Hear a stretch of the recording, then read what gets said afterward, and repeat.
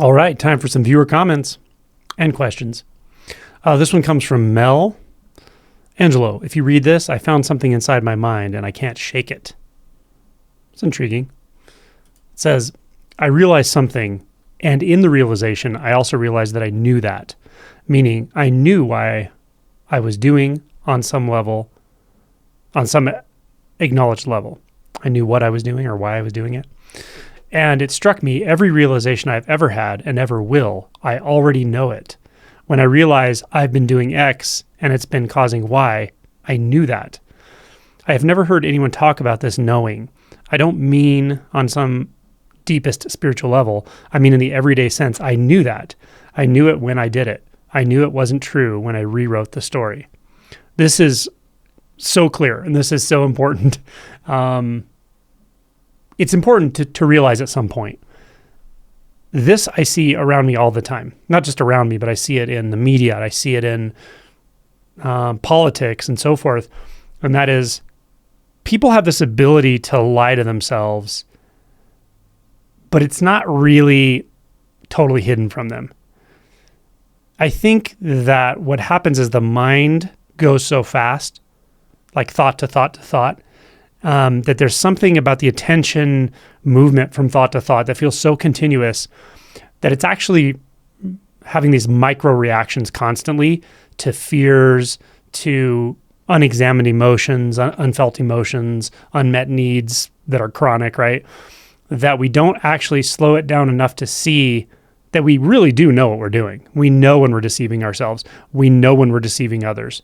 We can't actually lie to ourselves, really. But what we can do is get on the mind train that is so rapid, that is so charged, that has so much momentum, that we can conveniently overlook what we know, right? I mean, we all know what right and wrong is, and yet sometimes we choose to do wrong. We all know when we take an action that could hurt someone, and yet we choose to take that action. If we slow the mind down enough, we'll see that to do that, we actually have to overlook something. We have to overlook a truth. And I think, I don't know for sure, but I think the reason this happens is we've actually learned to use the mind process, the mental process, to soothe ourselves in a way. And the soothing is really shallow. It's superficial. It's not a deep soothing, and it's not a lasting soothing, and it doesn't lead to satisfaction. This is suffering, right? This is the human condition, the life of quiet desperation. But the soothing is a momentary soothing based on a lie. And the lie is, I'll get it later. The lie is, it'll be okay later. The lie is the ends justify the means, or whatever, however you want to say that, such that we promise ourselves that in the future, I'll finally feel okay, right? That's the whole seeking mechanism. I don't feel okay now, but I'll feel okay later as long as I keep seeking, whether it's externally, seemingly externally, or if it's with the mind, which ultimately they're the same thing. The mind is really our mechanism of seeking. And it's really just a game of hopscotch in a way, like we're hopscotching over certain aspects of what we don't want to see about ourselves, or certain aspects of the fact that we're using a sort of delusion to self-soothe or to pacify ourselves. And this is exactly why there are so many important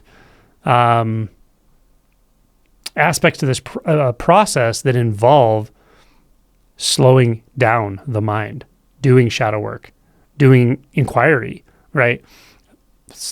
So many things we do are really just to slow this process down and see what's actually happening. This is why I say clear seeing is so important.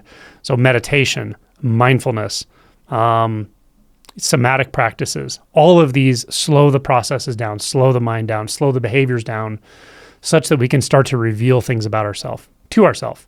And then as we do, we realize, man, I already knew that. Of course I knew that. And of course you know this stuff, right? Sure, there are things that we're not completely clear on. There are things we're unsure about.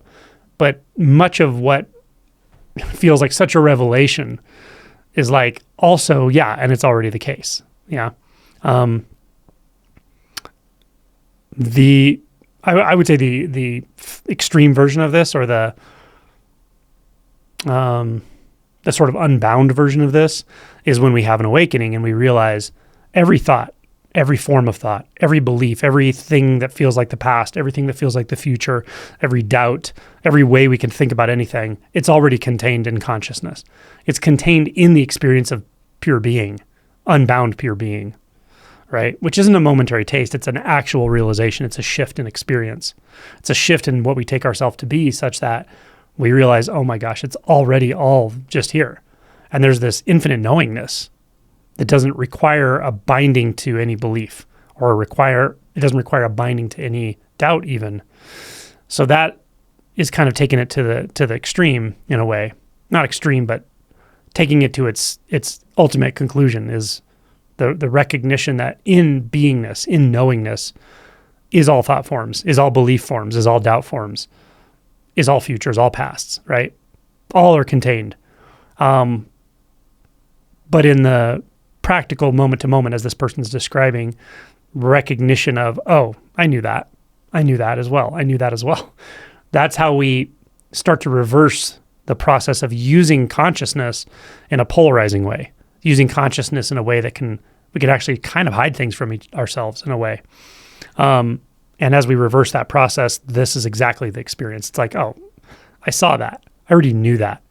It's just that I was using this sort of mind-bending, consciousness-bending ability to skip over things, to really dissociate is what it is, right? To go unconscious in a way, or go hyper-conscious when you consider that thought has a kind of hyper-conscious feel to it, right? The inner world gets spun up and it starts to really deviate from reality, deviate from what's happening moment to moment, mind identification, thought identification, all that. So really good comment. And really important clarity there. There's more to it, but I think that's the gist of it. This one comes from someone called Permana Zen. Hey, Angelo, yesterday I've experienced huge contraction like the old night days, night with a capital N. I assume they mean dark night of the soul, existential fear, belief, and now there's uncertainty and confusion. All the clarity that apparently was here is gone, replaced by a sense of fundamental ignorance. Also peace, weirdly enough, rooted in the chest, derived by the not knowing. Strange place I'm in. Don't even have a question, just wanted to share. Thank you for the pointing. Yeah, this is going to happen. I mean, we're going to have periods of this kind of exquisite clarity where it feels like everything's in the right place and the spontaneity is obvious, the innocence is obvious. There's not really a standing apart from anything and doubting and dissociating. None of that's really there. There's just this kind of clarity. But as I describe in my book, when the other shoe drops, right? That chapter or chapter section called When the Other Shoe Drops. When we have these openings to clarity, it's often followed by some repressed material, some unconscious material coming into consciousness. And that will feel for two reasons. One is because of the contrast from what we were feeling before. And the other one is just because the nature of unconsciousness is disorienting, confusing, contracted. So it will feel particularly contracted and uncomfortable and dysphoric in a way. And as realization clarifies, it will also feel peaceful. It will feel, yeah, this is just what's here.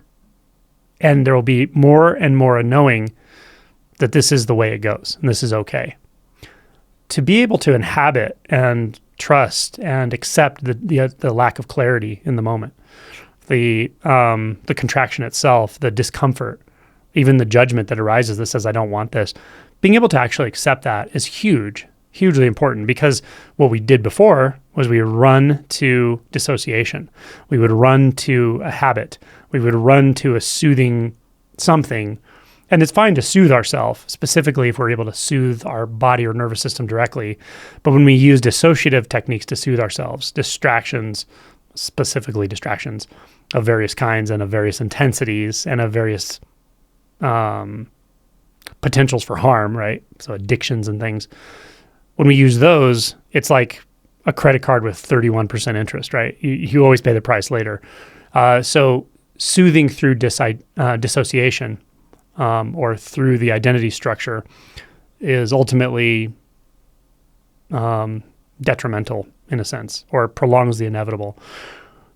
Rather, either soothing or just realizing I don't need to be soothed in this moment. It's just what's happening. It's uncomfortable. There's something that wants to get away from it, and I can feel that. But I'm willing to feel it. I'm willing to stay with it. And it can feel really heavy and really dark sometimes. It can feel really disorienting. And why we have that shift, why we have that awakening, is so that we can experience that and not be bound to it from the level of identity. Meaning we can experience all of that and just kind of stay with it. Let it move through, right?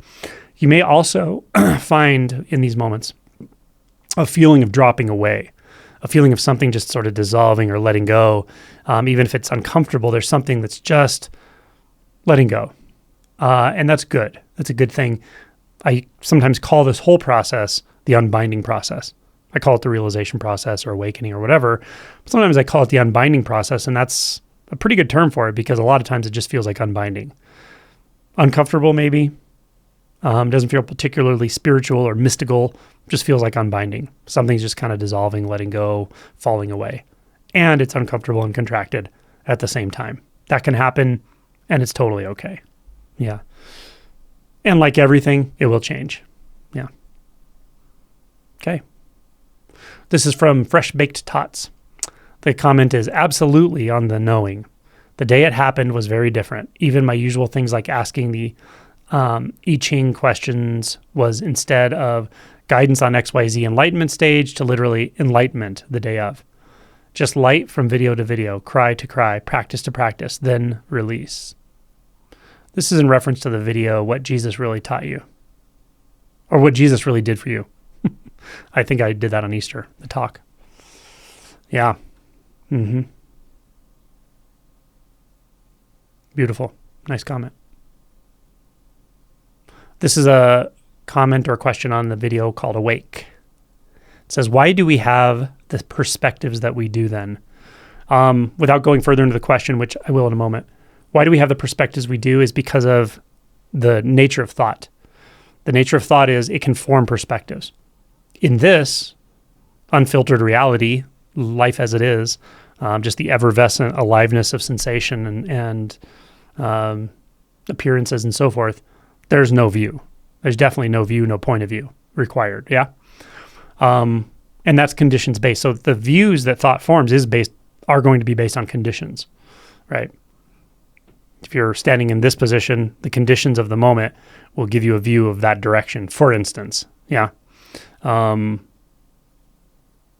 can only look through your own glasses, so to speak, that kind of thing. Anyway, so the rest of the question is, why am I locked in this body and in this mind and in this point of view? Well, those three things are not the same. You that feels like it's locked in the body and mind can be dismantled, let's say. The you can be questioned that feels like it's locked in this body and this mind. And that may sound like a conceptual response to your question, but it's not. That's realization. That's really the point of this. And when that is seen through, this will look very, very different. The body does not experience a view. The mind can experience no view as well. It can. The mind can have both experiences. It can experience a view. It can have a paradigm. It can have a point of view. It can even be polarized. It can even have a standing wave of identification. And it can also experience viewlessness, let's say. It can experience boundlessness. The body, what we call the body, when realization is clear, well, it's always like this, but not until realization is clear will we be able to get out of the mind long enough to actually feel what's going on there. Once we recognize what's going on there, you'll see the body has no view, has no point of view, has no location. This is the point of non-dual or deeper realization. So good questions. Why don't I have the thoughts of my wife who is sitting on the couch across the room from me? Well, first of all, you might. How do you know you don't? Have you ever noticed when you're around people, you start to experience their thoughts, right? You may not read their mind moment to moment, but you start thinking like them. Have you noticed this? But anyway, go back to my original answer, and that is that the mind is going to structure its views based on conditions, right? But again, if you're in local conditions with someone else, similar emotional experiences, empathic mirroring, you may be thinking quite a lot more like them than you realize you are. Yeah. But again, with realization, to my second point, with realization, and specifically non-dual realization, the feeling of being stuck in a body, that the body is actually part of all of what you're describing, will be dissolved. That illusion will be fully dissolved. And there'll just be this kind of ocean of emptiness that's profound, limitless, without any fixation, without any view, without any fixed position. Yeah. Great questions. Thank you.